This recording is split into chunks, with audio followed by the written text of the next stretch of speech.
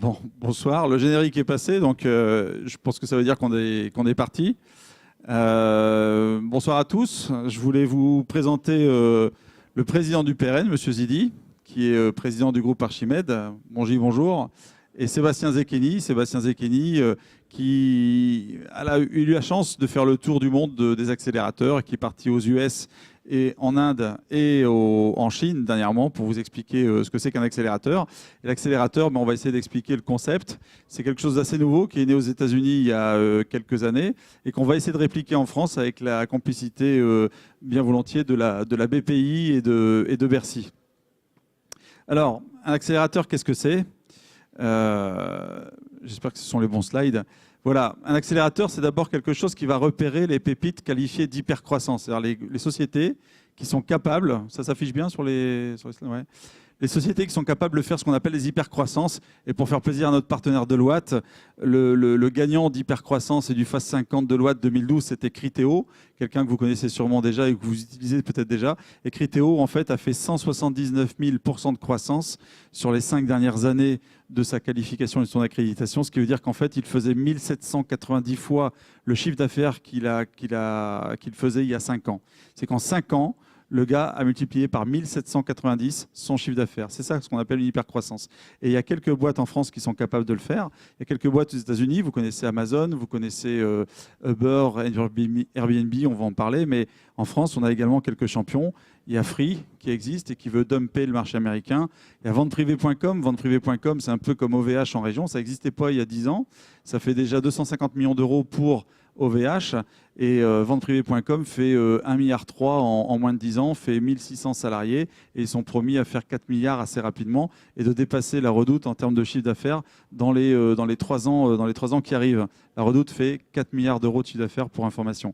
Showroom privé, ils sont plus jeunes. Ils ont commencé 4 ans après vente privée. Ils sont déjà à 700 millions d'euros de chiffre d'affaires et ils vont tailler des croupières aux Amazon et à la grande distribution et à la vente privée et à la vente à distance française. À ce titre-là, un petit focus sur le PRN. Le PRN, en fait, est un accélérateur qualifié de public, puisqu'on touche 80% de nos fonds par l'État et la région, et 20% par le privé. On est en train d'équilibrer le modèle pour arriver à 50-50, c'est-à-dire 50% de fonds privés, 50% de fonds publics.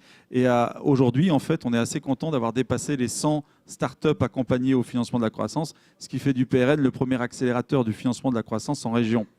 Parmi ces croissances, on a quelques croissances assez magiques. On a financé, par exemple, dans la première édition, Pubeco, qui a levé 1 245 000 euros avec Isaïe pour être un champion de la dématérialisation du prospectus, ici à Orchy, ça ne s'invente pas. Simail, qui a levé 1 million d'euros et qui est un éditeur de logiciels dans le domaine de la dématérialisation et de la GED, gestion électronique de documents, ou encore Biouk à Valenciennes, qui sort de Supinfogame et qui fait du livre augmenté, et il a levé 800 000 euros avec des capitaux risqueurs de la région. On a un taux de transformation de 56%. C'est en fait toutes les startups qui sont passées par les fourches codines du FITD ont été transformées à 56%. C'est-à-dire qu'on transforme plus d'un dossier sur 2. Alors on a un réseau de partenaires, hein, j'en vois ici quelques-uns. On a Nord Entreprendre qui est là-bas. On a LMI.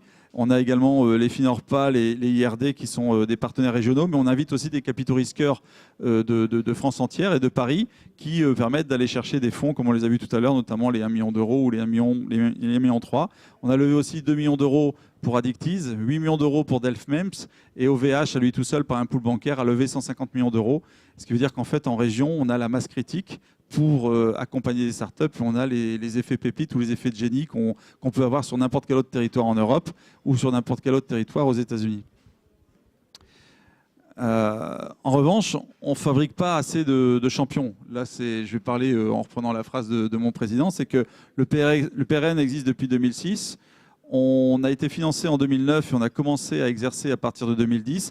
La vocation du PRN, c'est d'accompagner des entreprises, notamment de la filière numérique, pour le développement commercial, le capital humain, le financement de la croissance, on est en plein dedans, pour l'innovation et leur donner accès à l'international. Et en fait, on est 2 pour accompagner un cluster de 370 entreprises. La logique d'un accélérateur privé, c'est de faire exactement la même chose, mais d'être très sélectif à l'entrée, c'est-à-dire de prendre peu d'entreprises, seulement celles qui sont qualifiées pour faire ces hypercroissances. Donc en prendre 15 ou 20 grand maximum dans l'accélérateur. Et d'inverser par contre la masse critique du nombre de salariés qu'on va mettre pour accélérer ces sociétés et passer d'un rapport de 2 à 5 et de mettre 5 consultants privés qui vont s'occuper chacun des axes de développement de l'entreprise et fabriquer les premiers gaps du million d'euros de chiffre d'affaires à conquérir. Il y a un accélérateur très connu maintenant en France qui s'appelle The Cantillon. Et The Cantillon, c'est l'accélérateur de l'INSEAD, la première école de commerce française. Et le Cantillon, il dit que la première chose que cherche une boîte qui veut s'accélérer, c'est des clients souvent. C'est que les startups ont un beau business model, ils ont une belle innovation technologique, ils ont du mal à trouver leurs premiers clients. Donc nous, on les aide à trouver les premiers clients. Et on qualifie aussi un accélérateur, ou ce que recherche un accélérateur, ce sont souvent ce qu'on appelle les ruptures technologiques. Les ruptures technologiques, c'est quoi? C'est que Uber a cassé le modèle du taxi. Pubeco a cassé le modèle du prospectus commercial Auchan qu'on retrouvait dans sa boîte aux lettres. Il a complètement dématérialisé. Airbnb, dont on va parler aussi un petit peu tout à l'heure, a cassé le modèle de l'hôtellerie classique. Et sur ces modèles-là, qui sont en disruption par rapport à ce qui existe ailleurs sur le marché ou le marché classique, eh ben, il y a des investisseurs qui sont capables de mettre, sous réserve qui est une disruption technologique et sous réserve qui est un modèle qui est internationalisable, ils savent mettre des tickets d'entrée qui dépassent la centaine de millions d'euros. Je vais passer assez rapidement sur le modèle d'Uber. Uber, aujourd'hui, est valorisé, fait $1 milliard de chiffre d'affaires, et c'est quand même un gamin de 27 ans qui a dit à des capital risqueurs américains, moi, je vais casser le marché du taxi. Je vais géolocaliser les clients, je vais géolocaliser des voitures privées. Ben, ce mec-là, je suis le premier à dire que si je l'avais reçu, j'aurais pas forcément parié sur lui. Mais ce garçon-là, il fait aujourd'hui 1 milliard de chiffre d'affaires aux États-Unis. Il a déployé son modèle, alors non sans polémique, mais il a déployé son modèle sur l'Europe et aujourd'hui, il fait déjà 1 milliard de chiffre d'affaires. Si on parle d'Airbnb, Airbnb, c'est une valorisation boursière aujourd'hui de 10 milliards de dollars. Et que les grosses chaînes d'hôtels rêvent de racheter parce qu'il casse un modèle pertinent de l'hôtellerie classique et il va vers les nouveaux modèles de l'hôtellerie. Et je terminerai en fait avec un deuxième exemple ou un troisième exemple pour prouver que les business models disruptifs sont vraiment ceux qui intéressent les gros investisseurs. On a l'exemple de Skype qui s'est négocié en Europe parce que Skype, je crois que c'est un Suédois. Il a été investi par Génie Capital, qui est un fonds d'investissement luxembourgeois et qui est aussi un accélérateur luxembourgeois. Génie Capital et Génie Business Exchange, accélérateur, a mis 300 millions d'euros pour investir dans Skype. Il l'a revendu 8 milliards de dollars à Microsoft. Et ce ratio-là, bon, qui est colossal, parce qu'on est dans des ratios de x20, mais ce ratio-là, c'est le ratio que cherchent tous les accélérateurs. Et on a des pépites en région. On a été labellisé French Tech il n'y a pas très longtemps, il y a 15 jours. On a des pépites en région et le Financial IT Days est un process de sourcing de ces pépites-là. On a des pépites qui ont des modèles économiques, qui ont des business plans et qui ont une innovation technologique qui est disruptive, c'est-à-dire qui rompt avec la technologie classique ou avec les modèles économiques classiques et qui peut s'internationaliser. Et donc là, l'idée, c'est de créer des accélérateurs privés qui les détectent vite.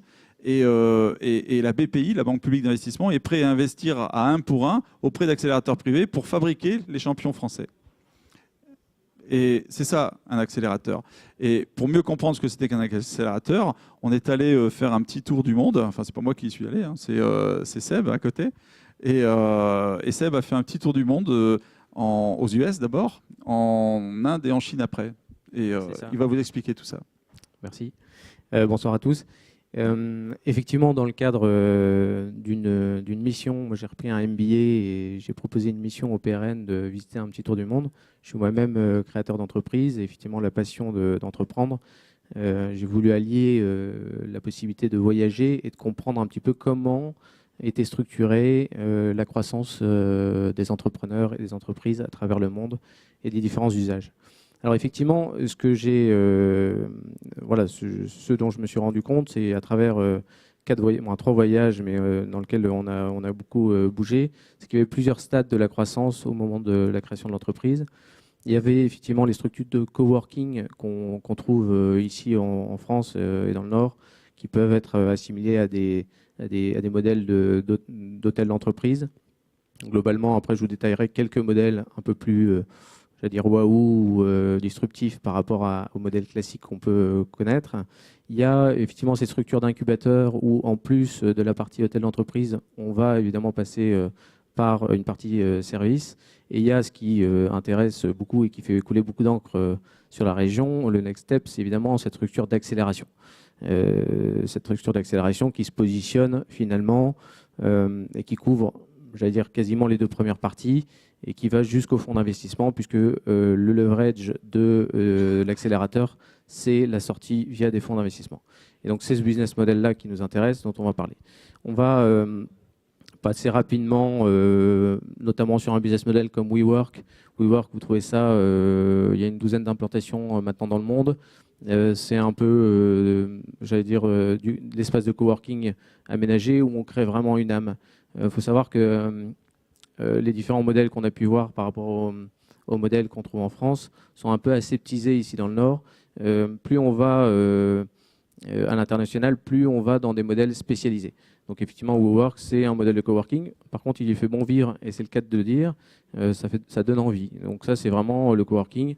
Ici, sur la région, on pourrait assimiler à B-Square ou effectivement des hôtels d'entreprise un peu classiques. Après, on a un modèle d'incubateur. Là, on peut retrouver Euratechno, par exemple, ou d'autres modèles sur la région. Ça, c'était à Boston. Cambridge Innovation Center. La différence de ce modèle, c'est que finalement, on va proposer une large gamme de services que les entrepreneurs vont pouvoir utiliser à disposition. J'ai passé sur le modèle de Y Combinator, parce que si Fabrice a présenté des succès comme Airbnb ou Uber, ils sont passés par Y Combinator, qui est aujourd'hui le premier incubateur, accélérateur au monde, ou en tout cas qualifié, celui qui génère le plus de startups et de leverage. C'est créé en 2005, c'est aujourd'hui 700 startups qui ont été accompagnées. Finalement, le business model de Y Combinator, c'est un bootcamp. Donc, bootcamp, c'est finalement un training de 3 mois où, pendant 3 mois, ils accompagnent les entrepreneurs à pitcher, à revoir le business model, à trouver la vision pour pouvoir créer des leverages importants, puisque vous allez le voir, les leverages de Y Combinator, c'est 15 fois par rapport à leur modèle d'entrée. Le business model, c'est qu'ils interviennent contre un investissement en prise de participation. L'apport de fonds et de capital est en moyenne de 18 000 euros pour 6,5% du capital. Et ils sortent à, je ne vais pas faire de bêtises, 276 000 euros, donc 15 fois. Ça, c'est la moyenne des sorties. Et ils sortent entre 3 et 12 mois, globalement, puisque pendant l'ensemble du bootcamp, ils génèrent, ils revisitent la vision des entreprises, ils revisitent effectivement la manière de pitcher. Et c'est des vrais coachs d'entreprise qui viennent apprendre à pitcher aux entrepreneurs. Ils remodèlent l'équipe s'il a besoin d'être remodelé. Finalement, ils lancent le projet avec des vrais moyens. Il faut savoir que, et c'est vrai, on s'en rend compte, encore ce matin, on a eu beaucoup d'exemples. Il y a beaucoup d'entrepreneurs qui ont des bonnes idées. Et entre la bonne idée et la capacité à le vendre, il y a un stade qui est différent. Et finalement, on a chacun ses forces. Et c'est pas parce qu'on a la bonne idée qu'on est capable de le vendre et de le pitcher aux meilleurs endroits et de le lancer et de faire de là un succès. Donc finalement, est-ce que, ça serait peut-être des points philosophiques, mais est-ce que c'est l'accélérateur qui fait l'entrepreneur ou l'entrepreneur qui permet d'aller dans le projet? L'un et l'autre, en tout cas, sont compatibles. Voilà. Non, juste une petite précision, si tu me permets, c'est qu'en fait, je ne sais pas si vous avez entendu parler, mais on parle toujours de la Silicon Valley, c'est l'endroit le plus réputé au monde pour accompagner de la start-up. Aux États-Unis, on commence à expliquer que c'est en train de changer de côté, c'est qu'en fait, c'est plus le versant ouest qui va commencer à drainer l'innovation, c'est plutôt le versant new-yorkais et Boston. Et c'est Y Combinator et Mass Challenge qui ont contribué à ça. C'est qu'en fait, Y Combinator, c'est né à New York. Ce sont les startups de New York qui ont créé ça, et depuis 2006, ils ont accompagné plus de 700 startups. C'est ça, exactement. Un des facteurs clés de succès de Y Combinator, c'est une grosse sélection à l'entrée, 2 à 3% des dossiers qui sont retenus. Un modèle qui m'a semblé, alors évidemment, Y Combinator, on a visité Techstar, on a visité d'autres modèles d'accélérateurs, Deep Arc ou China Accelerator en Chine. Je vous présente aujourd'hui le plus mature à mon sens. Faut savoir, j'allais dire, entre ces 3 pays, globalement, les fonds d'investissement sont beaucoup plus développés aux US et en Chine, où le marché est tellement mature d'un côté comme de l'autre sur la partie fonds d'investissement et en croissance sur la partie chinoise. Par contre, les modèles d'accélérateurs, aujourd'hui, ils sont vraiment très matures aux États-Unis. En Inde, il n'existe pas. On se cantonne éventuellement au business model des incubateurs et des fonds d'investissement, mais il n'existe pas du tout, ou très peu. Et en Chine, il y a quelques initiatives, alors qu'il explose aux US. Un autre modèle qui m'a semblé intéressant de présenter dans le cadre notamment de cette journée FITD, où on pourrait assimiler un modèle similaire, ou tout au moins un concours, puisque là c'est un Mass Challenge, il se qualifie comme un accélérateur. Mass Challenge, c'est créé depuis 2010, ils ont un process de sélection où pendant une année, ils sélectionnent 1200 startups pour faire un lauréat. Plus ou moins un winner et 128 lauréats. Ils promettent aux winners $1 million en cash. Et c'est concret, et donc ça fait aujourd'hui 4 ans que ça existe. Il faut voir un petit peu la différence par rapport à ce qu'on est capable de promettre dans le cadre d'un projet ou d'un concours d'entreprise dans notre grand pays. Ça donne le vertige, mais en même temps, ça fait envie. Et moi, on a eu l'occasion d'entendre pitcher des projets au sein de ISA Boston Mass Challenge, mais ils ont des ramifications et ils ont ouvert à Londres récemment, en Israël également, et ils ont tout un réseau qui leur permet de sourcer les startups. Et on a vu des Américains pitcher, les gars ils arrivent, ils ont 22 ans, ils se relèvent la chemise et puis à l'américaine, ça fait froid dans le dos, quoi. Ils n'ont pas peur et ça donne envie. Et effectivement, on leur apprenne à pitcher. Ils ont aussi un bootcamp, mais ça dure 5 jours. Et ce bootcamp, c'est vraiment de l'ultra intense. Revisite du business model, la vision, le pitch, et on pitch. Et on pitch parce que l'assemblée et le business model de Mass Challenge est construit qu'à partir de partenariats et de partenaires. Donc, ils font financer les leverages. Il n'y a pas de prise de participation, donc ce qui attire énormément. Contrairement à tous les business models d'accélérateur où, évidemment, on commence par redire « file-moi du capital ». Là, il n'y a pas de prise de participation. Le levier, c'est on participe à une rampe de lancement et si on gagne, on a $1 million en cash. Mais on a aussi, vous l'avez vu dans le dernier point, il y a 700 millions de dollars de levée en fonds d'investissement. Et évidemment, c'est la contrepartie du business model. Mass Challenge promet aux investisseurs qui sont partenaires et qui financent l'organisation de pouvoir avoir accès aux meilleurs sujets des US et ils sont en train d'inonder maintenant l'Europe via Londres, pardon. Voilà, le dernier stade, je vais passer rapidement, après on reviendra un peu sur le business model des accélérateurs de manière globale, mais qui c'était intéressant. On a aussi, pour bien comprendre la filière, rencontré beaucoup de fonds d'investissement. On a eu l'occasion, notamment par exemple, et je vais faire un focus sur KT Capital, de parler un peu des fonds d'investissement KT. KT, c'est un fonds franco-chinois et américain maintenant. Ce qui est intéressant quand on visite des fonds aux États-Unis, donc un de mes partenaires de promo était Laurent Deswart de l'IRD, donc je connaissais bien le sujet via les fonds d'investissement. On commence à être visible dans les fonds d'investissement quand on a plus de 100 millions d'euros de capital. Déjà, ça fait, voilà, quand on voit des fonds ici à 15 millions, on se dit waouh, c'est important. On n'existe pas à 15 millions aux États-Unis, par exemple. Ça s'appelle un business angel et c'est un particulier. Donc, les fonds et la structure des fonds est assez colossale. Ils ont une manière de fonctionner complètement différente. Et c'est vrai qu'aujourd'hui, comparé aux fonds qu'on peut avoir ici en France, ce ne sont pas des gestionnaires, ce sont des entrepreneurs. Et donc, le modèle est complètement différent. Ils investissent dans le capital des PME parce qu'ils croient à un modèle industriel. Donc, ils repèrent une pépite qui va être le socle de leur modèle. Ils identifient un secteur, ils rachètent la pépite, ils prennent la majorité et ils reconstruisent un build-up autour de cette pépite en fusionnant 1, 2, 3 entreprises qui vont compléter la chaîne de valeur et compléter l'offre client.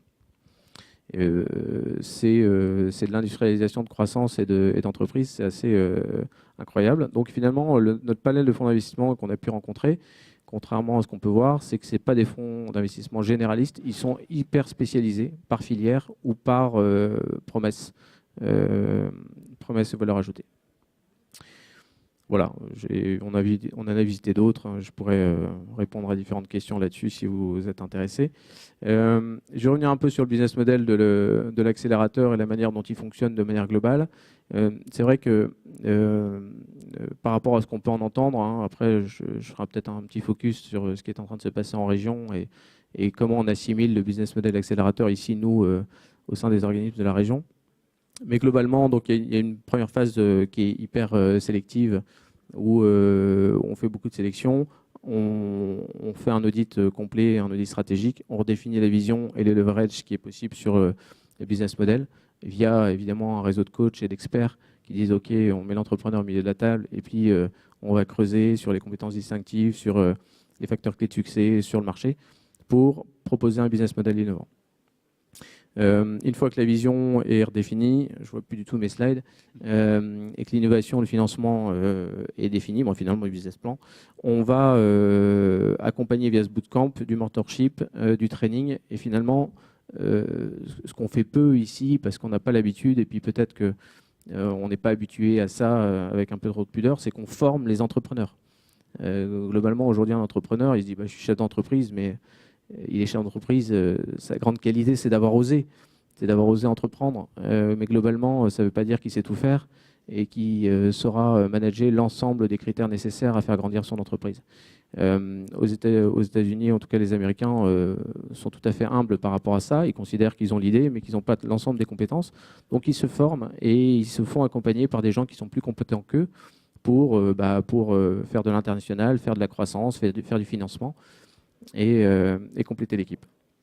Et la dernière étape, évidemment, c'est l'accompagnement dans la sortie via le leverage. Donc la structure de l'accélérateur présente, elle maîtrise l'ensemble de son réseau et présente systématiquement les accélérateurs pour transformer l'idée de la vision et du business model en réalité à travers les entrées et les fonds d'investissement. Donc typiquement, par exemple, le Y Combinator, ça dure 3 mois et puis au bout de 3 semaines, 1 mois, toutes les semaines, il y a un dîner qui est organisé où les entrepreneurs peuvent pitcher. Et le dîner est organisé avec que des VC, que des business angels, que évidemment des fonds d'investissement. Et voilà. Et puis au fur et à mesure, il y a des nouveaux. Toutes les semaines, il y a des nouveaux. Et puis tu apprends, et puis tu progresses. Et puis c'est comme ça qu'ils sortent. Voilà, alors pour bien comprendre aussi, alors j'ai fait un petit slide qui n'est pas très lisible, on va essayer de le lire dans un sens. Donc évidemment, au centre, vous avez l'accélérateur et puis vous avez les mentors, les partenaires, les investisseurs qui sont évidemment différents et puis les entrepreneurs, les startups. Donc l'accélérateur, aujourd'hui, il propose aux mentors et aux investisseurs un certain nombre de deal flow. Et c'est évidemment le retour de leur participation. Si toi, tu investis dans l'accélérateur, je te garantis d'avoir des bons deals parce que, évidemment, j'ai une capacité à attirer un certain nombre de startups, ce qui fait que je t'aide dans ton business model qui est de financer la croissance et les entreprises. Donc, évidemment, je suis apporteur de deal flow pour toi. Les partenaires, eux, qui sont intéressés pour aller financer un certain nombre de prestations via leur audit, via leur conseil, via leur accompagnement divers et variés, finalement, ils ont accès aux startups. Donc, finalement, ça leur fait un flux de revenus parce qu'ils ont accès, évidemment, à tout cet écosystème et ils sont très intéressés. Évidemment, les entrepreneurs, la volonté de passer par l'accélérateur, c'est d'avoir accès à l'ensemble de ce réseau et d'être en contact avec des gens qui vont pouvoir les financer, les aider, les accompagner et puis les coacher. Pour l'ensemble du réseau, le bénéfice que l'accélérateur donne, c'est finalement l'accès à l'information, le capital. Pour les startups, l'accélérateur lui fournit le capital via les leverages sur les investisseurs et évidemment les différents investissements ou les accroissements, le potentiel de croissance. Voilà, donc ça c'était un petit tour d'horizon, j'allais dire, sur les accélérateurs. Alors évidemment, ça s'est passé en 30 jours de voyage, donc j'ai visité beaucoup de... Et d'ailleurs, on était plusieurs, parce qu'on était 10 à faire ces rencontres.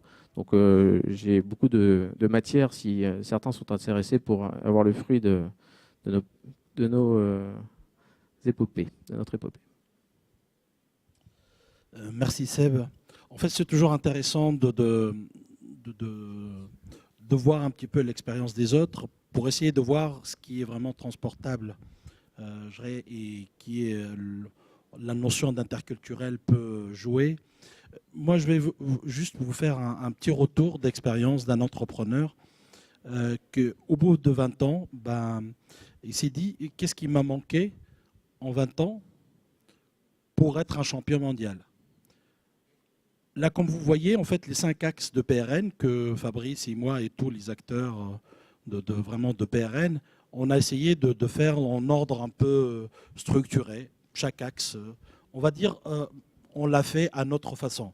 Mais aujourd'hui, l'accélération et les accélérateurs ne sont pas sur ce modèle un peu linéaire qui attend une étape après une autre. Un accélérateur, c'est au moment où l'entreprise a du potentiel, comment elle est capable de mobiliser les mentors, les partenaires, les coachs nécessaires au bon moment pour donner une accélération atomique pour que l'entreprise, si elle a vraiment du potentiel, elle peut faire 2 fois 20, voire 30, fois 50. Si elle ne l'a pas, elle sera une entreprise comme tous les autres et elle continuera son chemin. Voilà, je résume. C'est qu'au moment où j'ai créé Archimède avec mes associés, on a passé plus du temps à faire de technique que de dire est-ce qu'il nous faut de capitaux. Pourquoi? Parce que quand on est en développement logiciel, on n'a pas besoin de capitaux. On dit il suffit d'aligner des lignes de code et c'est bon. Chercher des talents. En fait, aujourd'hui, on voit qu'une des composantes majeures d'un entrepreneur, c'est avoir les bons talents autour de lui. Et parfois, peut-être même, ce n'est pas lui qui sera l'homme de l'accélération de son entreprise. Et ça, c'est aussi de l'interculturel qu'il faut qu'on accepte. Pareil, en fait, l'audit qu'on a demandé au grand cabinet au moment où on a démarré le PRN, c'est qu'on a trouvé que toutes nos entreprises sont sous-capitalisées. Il n'y en a pas une qui a vraiment les fonds nécessaires pour être un champion. Donc, sous-capitalisé, pas suffisamment de talent, pas une culture de commerce, pas une vision mondiale et innovation standard. Voilà tous les ingrédients pour ne pas créer de champion. Donc aujourd'hui, l'accélérateur, c'est une chance, c'est une occasion. C'est pour ça qu'on s'est mobilisés tous au PRN avec la région, l'île métropole, Aura Technologie, le CITC, tous les grands acteurs. On se dit, on a une chance d'imaginer une accélération privée. Et la différence par rapport à toutes les formes d'accélérateurs qui existent. Pour moi, une ruche, c'est une accélération, mais juste pour augmenter et améliorer la mutualisation d'une photocopieuse. Franchement, c'est bien, on en a besoin, mais elle ne créera pas de champion. Donc aujourd'hui, pour moi, entrepreneur, au bout de 20 ans, j'aurais aimé qu'au moment où j'ai créé mon entreprise, que j'aurais trouvé un mentor capable de m'accompagner à l'international dès qu'il a identifié que le produit il est apte à aller international. J'aurais aimé de trouver quelqu'un qui est capable de prendre le volet financier et de dire, avant vraiment de commencer la structuration, c'est lever de fonds au bon moment pour ne pas dire je ne peux pas aller à l'international parce que je n'ai pas les moyens. Je ne peux pas aller à l'international parce que je ne parle pas anglais. Je ne peux pas aller international. Enfin, on trouve toutes les bonnes raisons. Donc aujourd'hui, un accélérateur, c'est une entreprise qui est capable d'identifier la pépite, en fait, l'entreprise qu'il faut, et elle est capable de mettre des moyens humains et financiers pour accélérer son développement. S'il y a du potentiel, maintenant, toutes les entreprises n'ont pas de potentiel, mais je me suis dit, si une entreprise a du potentiel et elle est capable de s'entourer par un mentor qui est capable de lui dire maintenant, je vais t'accompagner comment structurer ta direction générale parce que c'est important. Un autre qui va vraiment travailler sur le financement de l'innovation et la manière comment la structurer et la financer. Et un autre sur le recrutement de talent. Elle aura plus de chances de vraiment d'exister et aller à l'international et d'oublier qu'une entreprise, son monde ne s'arrête pas entre rue de Dunkerque et rue de l'Homme. Donc, il y a un moment, il faut qu'elle arrive à intégrer, si l'entrepreneur le souhaite. Maintenant, tous les entrepreneurs ne sont pas demandeurs d'être des champions. Mais au moins, une fois qu'on a ces pépites, malheureusement, on ne peut pas demander à un entrepreneur dans le monde IT en plus d'être un très bon en RH, un très bon en finance, un très bon en commerce, très bon en innovation, très bon dans l'export. Donc, ce qui est impossible. Donc aujourd'hui, j'espère que le rôle d'accélérateur que nous, on a fait, comme il a dit Fabrice, à nos moyens associatifs, mais l'associatif a ses limites. Donc mon rêve que demain, un accélérateur qui est capable de prendre une entreprise et de dire, Monsieur Zidi, toi pour Archimède, tu as mis 20 ans pour atteindre 12-13 millions d'euros. Moi, une entreprise qui fait 200-300 000 euros, en 3 ans, elle peut faire les 20 millions, elle peut mettre les 30 millions. Pourquoi? Parce qu'elle a du potentiel et on va le faire. Mais pas juste nos conseillers, parce qu'on en a marre d'avoir des consultants qui débarquent dans nos bureaux et qui nous font les leçons de morale, mais qui n'ont jamais créé d'entreprise et qui n'ont jamais vraiment... Mais par contre, ils ont toutes les belles théories du monde et qui, quelque part, parfois, ils vous ridiculisent parce qu'en disant, allez-y, il faut le faire. Donc, non, je préfère un consultant qui dit, on va le faire ensemble. Maintenant, ton rôle, il s'arrête là, moi je le prends là, un autre il prend, et ensemble. Et jusqu'au même un moment, il va me dire, Monsieur Zidi, c'est plus vous maintenant. Donc là, on va recruter un directeur général parce que l'entreprise elle arrive à un rang. Et moi, je préfère avoir 20%, 30%, 10% d'une entreprise qui vaut centaines de millions d'euros que 100% ou 40% d'une entreprise qui vaut 10. Donc aujourd'hui, les accélérateurs, on a la chance que l'île métropole est labellisée. Donc aujourd'hui, nous sommes dans une région labellisée. Ça veut dire que les créations vraiment des accélérateurs vont avoir plus de chances parce qu'on n'aura pas à monter tout le dossier que la mission French Tech Lille a préparé. C'est-à-dire qu'elle va démarrer immédiatement dans la structuration d'un accélérateur à capitaux privés et publics. Donc maintenant, elle peut être que privée, mais sachant que le public peut monter jusqu'au 49% du capital de l'accélérateur. Ça veut dire que si le privé est capable de lever 5, 6, 7, 8 millions, il peut ramener autant en public s'il a le beau projet. Et en plus, on n'aura pas à refaire le dossier de la labellisation. On démarre immédiatement sur la capacité de réunir les meilleurs mentors, les meilleurs consultants pour réussir cette accélération.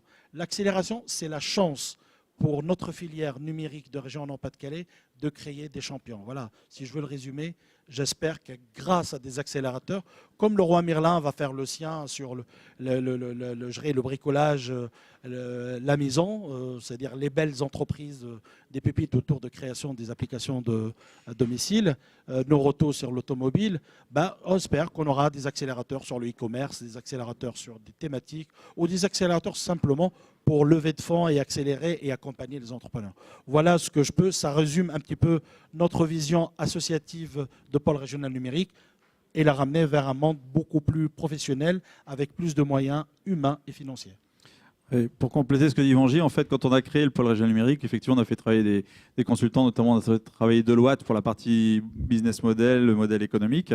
Et en fait, on s'est aperçu que les 5 axes qui sont normalement encore à l'écran sont les 5 axes stratégiques de développement d'une entreprise. Alors en fait, quand on crée une start-up, c'est même The Cantillon qui le dit quand on regardait hier sur leur site internet, il disait qu'en fait, on a des chefs d'entreprise, même parfois sortis d'école d'ingénieurs, qui ont des idées géniales. Il y en a un là qui a créé un hologramme.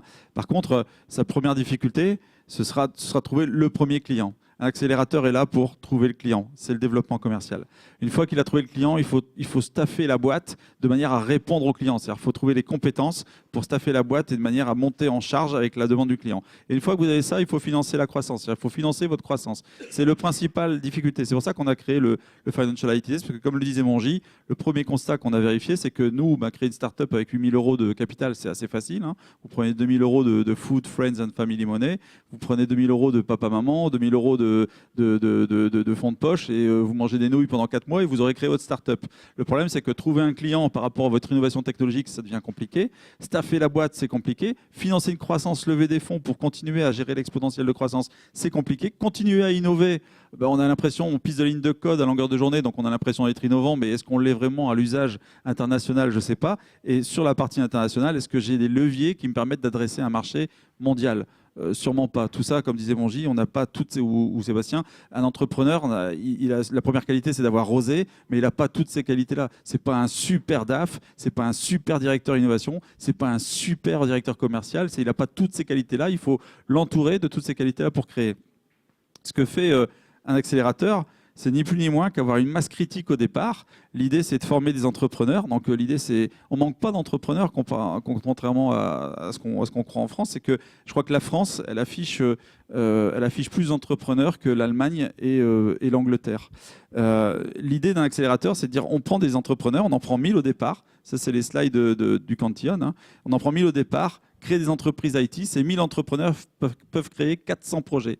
Ces 400 projets, seulement 100 startups peuvent sortir. C'est-à-dire 100 sociétés capitalistiquement développées peuvent sortir de ces projets. Et de ces 100 startups, seuls peuvent sortir 25 champions grand maximum. Donc au départ, la base, elle est de 1000 pour arriver à 25. Les 1000, on les a. On a plus de 3000 sociétés, TPE et startups dans la région. On a accompagné plus de 100 projets depuis 4 ans et aujourd'hui, par exemple, on a accompagné 25 projets, mais on a eu un comité de sélection qui en a pris 80 ou 90 au passage en 2014 et on en aura plus encore demain. 100 startups, on les a largement. Fabriquer les champions, il ne reste plus qu'à le faire. Un programme d'accélérateur, c'est quoi ? C'est d'abord un programme d'audit. On est super sélectif à l'entrée. Là, on ne fait pas ce que fait le PRN. Le PRN prend tout le monde. Et à deux, on essaye d'accompagner 370 adhérents. Bon, on les accompagne sur le développement commercial, sur le capital humain, on fait des formations, etc. Mais comme disait Mongy, on est à la limite de ce que peut faire l'associatif.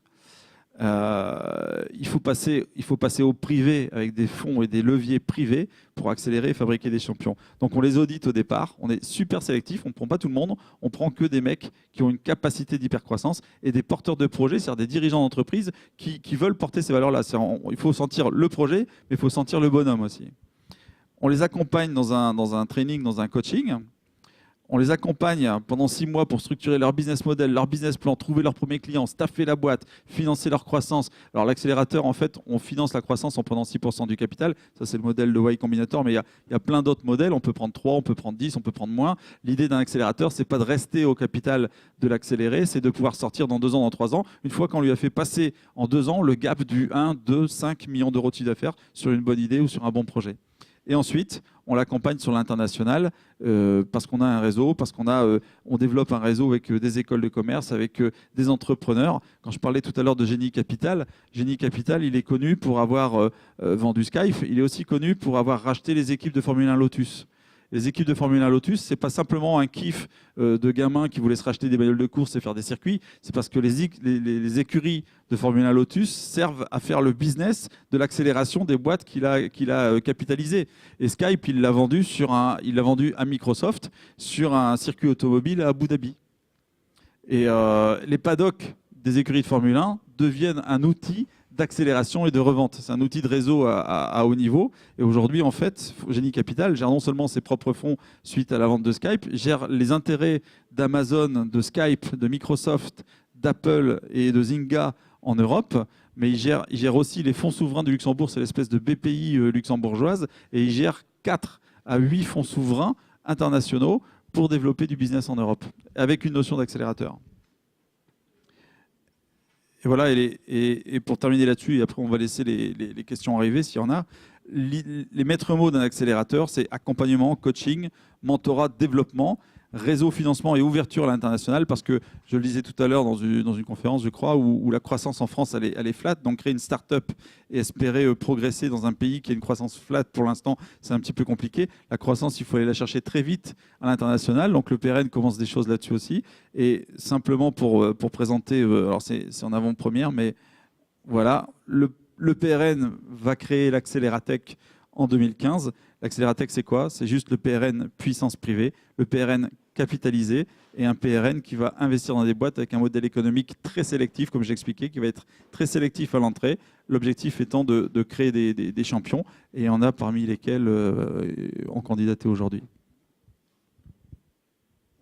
Non, parfait. En fait, bon, voilà, ce qu'on voulait partager avec vous, c'est le bilan d'une étude qui a démarré en 2006 aussi avec toutes les entreprises de la filière et l'expérience qu'on a entre entrepreneurs. Hein. Bastien et moi, nous sommes au comité d'engagement de Réseau Entreprendre. On voit les belles entreprises et on vote pour et on accompagne. Et toujours la première question qui nous revient, souvent Sébastien, c'est le président de la commission, on dit mais quel mentor on va mettre? Et en même temps, le mentor, en fait, on lui demande, mais il n'est que bénévole. Donc, Réseau Entreprendre, c'est un des meilleurs accélérateurs qu'on a dans notre région. Mais il reste toujours sur un modèle, il prête de l'argent, quand même un taux zéro, un taux de réussite, il met des mentors, mais toujours sur un modèle, associatif bénévole. Donc, et on se dit, il y a sûrement une deuxième étape derrière ça, et c'est pour ça qu'on est d'accord avec Réseau Entreprendre Nord. Donc on veut être un petit peu les relais de tous ces accélérateurs qui existent, que ce soit Aura Technologies, que ce soit à Valenciennes, Initiative, Lance-Vallée, enfin tout ce qui tourne autour des accélérations publiques, pour prendre le relais rapidement et apporter l'opportunité qu'un champion soit immédiatement entre les meilleurs experts et se retrouver demain au Nasdaq. Voilà le rêve que beaucoup d'entrepreneurs partagent et on souhaite vraiment en faire partie. Voilà. On n'a pas assez insisté aussi sur la notion de French Tech. On a été labellisé French Tech, ça a fait la presse régionale, on en a parlé au national. C'est quoi exactement la French Tech? C'est ni plus ni moins qu'une impulsion gouvernementale sur la création de ces accélérateurs-là. On a eu la chance d'être labellisé, ça veut dire que l'État et Bercy a reconnu une masse critique et une façon d'accompagner les boîtes ici en région suffisante pour créer des accélérateurs. Mobivia, pour parler que de Norauto, va créer un accélérateur sur l'automobile connectée. C'est pas par hasard qu'on a fait ces conférences-là et qu'on a fait un focus avec l'industrie automobile. Va créer son accélérateur sur la voiture connectée et l'automobile et la mobilité de demain. Leroy Merlin va créer son accélérateur sur le bricolage, le e-commerce et fabriquer des champions du e-commerce parce que son modèle économique est peut-être en train de se remettre en cause. Juste pour info, Amazon s'est ouvert au bricolage. Quand Amazon s'ouvre au bricolage, ils ouvrent 169 000 références produits. Dans le Leroy Merlin V2, dont vous êtes tous à peu près clients, il n'y a que 30 000 références produits. Donc ça veut dire que le web et Amazon affichent 169 000 références produits de plus que Leroy Merlin. Et en plus, ils vous livrent en 24 ou 48 heures. Ça perturbe un peu, on parlait de disruption technologique, c'est ça. C'est que Leroy Merlin doit se poser la bonne question. Et aujourd'hui, ils vont accélérer les modèles économiques du bricolage, du e-commerce, pour voir comment ils peuvent récupérer la vague. Et nous, PRN, nous, filière TIC, on pense qu'un accélérateur pour la filière en verticale est absolument nécessaire. Les éditeurs de logiciels, on a des éditeurs de logiciels champions. On a des mecs qui inventent des hologrammes et qui peuvent révolutionner la manière de montrer des maquettes numériques ou des maquettes ou des produits en 3D. Il faut qu'on puisse, si ça a été inventé ici, il n'y a pas de raison qu'au niveau international, ça ne fasse pas grossir un siège ici, ça ne fasse pas grossir des emplois ici et que ça ne se développe pas à l'international quand ça a été créé ici. Question.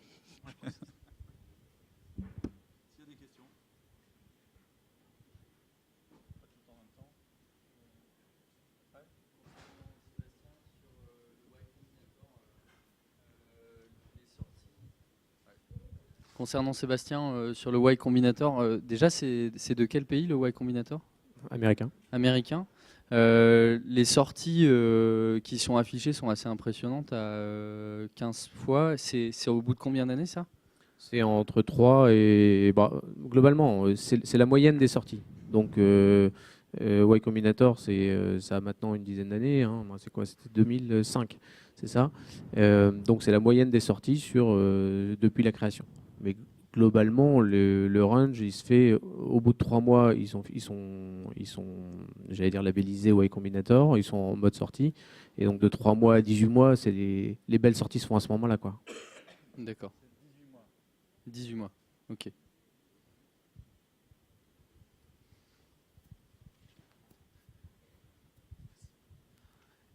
On a des exemples d'accélérateurs français avec des exemples concrets de boîtes qui ont été accélérées en France?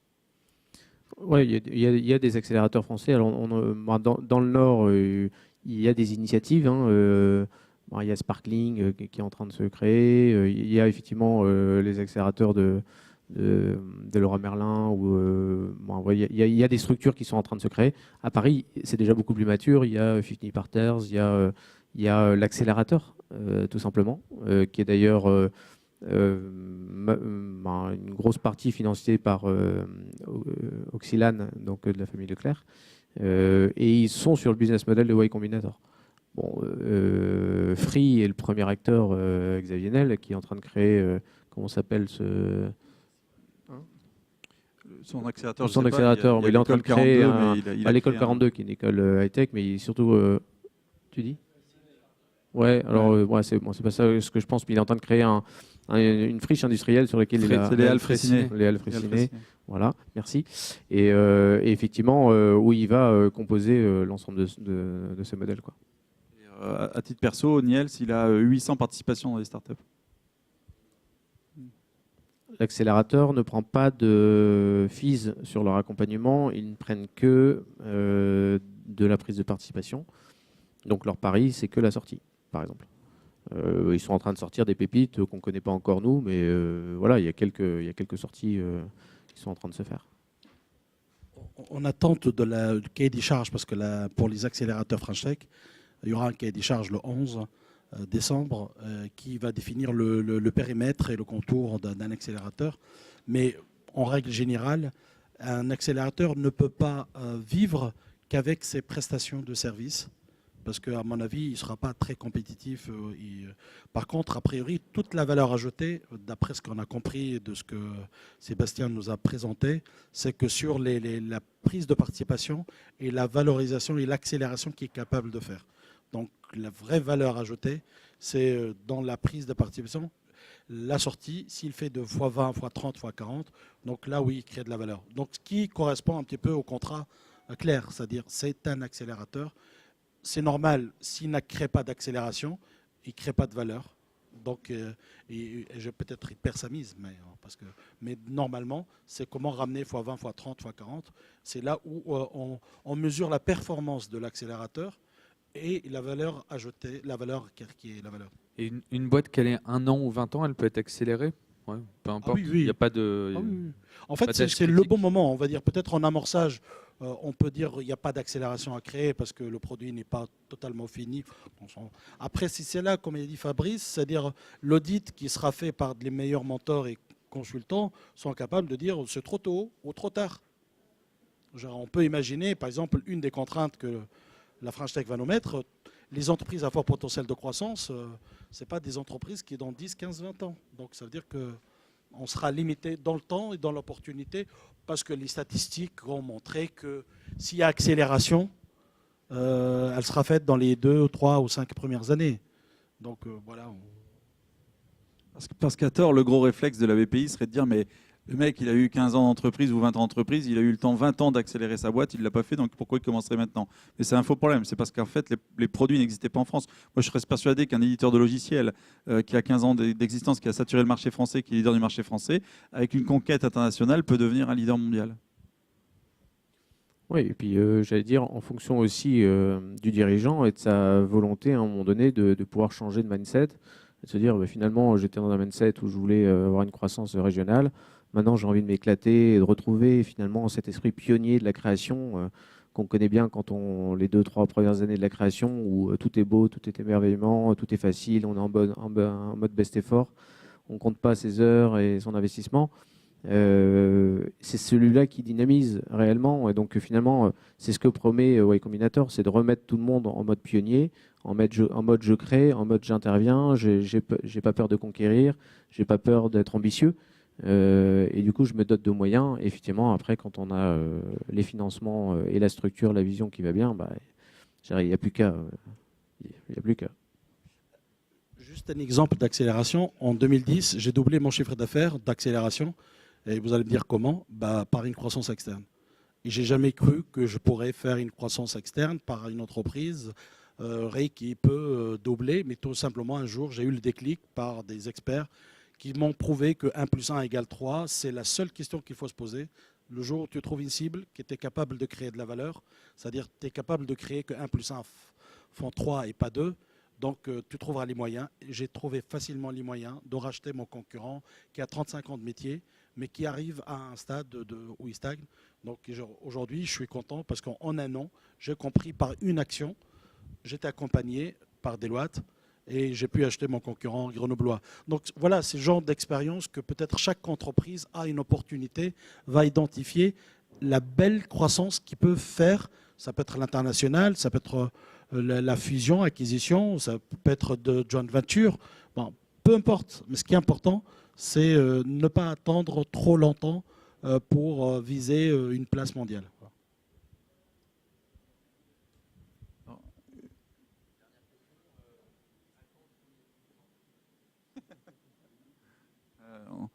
On espère deuxième trimestre 2015. Plus de questions? Merci, ouais. Jingle.